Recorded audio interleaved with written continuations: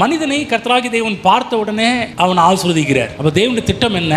ஆசீர்வாதம். மனுஷனை படைத்த உடனே மனிதன் மீது தேவனுடைய திட்டம் ஆசீர்வாதம். இங்க ஃபேன்லாம் ஓடிட்டு இருக்குது இல்லையா, ரெகுலேட்டர் என்ற ஒன்று இருக்குது. ரெகுலேட்டர் திருப்புறதை பொறுத்து இருக்குது. அப்ப நம்முடைய வாழ்க்கையுடைய செழுமை ஆசீர்வாதம் எல்லாமே அதிகமாக்குறதையும் குறைவாக்குறதும் என்னவென்றால் நம்முடைய மனது. ஆசீர்வாதம் நிறைய வேண்டும் என்றால் மனதை தேவனுடைய வார்த்தைக்கு நேராக இசைந்து அதிகமாக கொண்டு போக வாழ்க்கை நல்லா இருக்கும். மனதை கர்த்தருடைய வார்த்தையிலிருந்து குறைக்க தேவ சமூகத்தை விட்டு தள்ளி போக பார்த்தீங்கன்னா நம்முடைய ஆசீர்வாதம் என்று சொல்லக்கூடிய ஒரு காரியமும் குறைவாக இருக்கும். மனம் முக்கியம். அதுதான் பைபிள் போடப்பட்டிருக்குது, உன் ஆத்துமா வாழ்கிறது போல நீ எல்லாவற்றிலையும் வாழ்ந்து சுகமாயிரு. உங்கள் ஆத்துமா வாழணும். மனதை மறுரூபமாக்க தான் தேவன் அவருடைய வார்த்தையை நமக்காக எழுதி கொடுத்திருக்கிறார். வாரம் இங்க வரோம். எதுக்காக வரோம்? கர்த்தருடைய வார்த்தையை கேட்க வரோம். எதுக்காக கர்த்தருடைய வார்த்தையை கேட்க வரோம்? கர்த்தருடைய வார்த்தையை கேட்க மனம் மறுரூபமாக ஆரம்பிக்கும். மனம் மாற ஆரம்பிக்கும். மனம் மாற ஆசீர்வாதமும் வர ஆரம்பிக்கும்.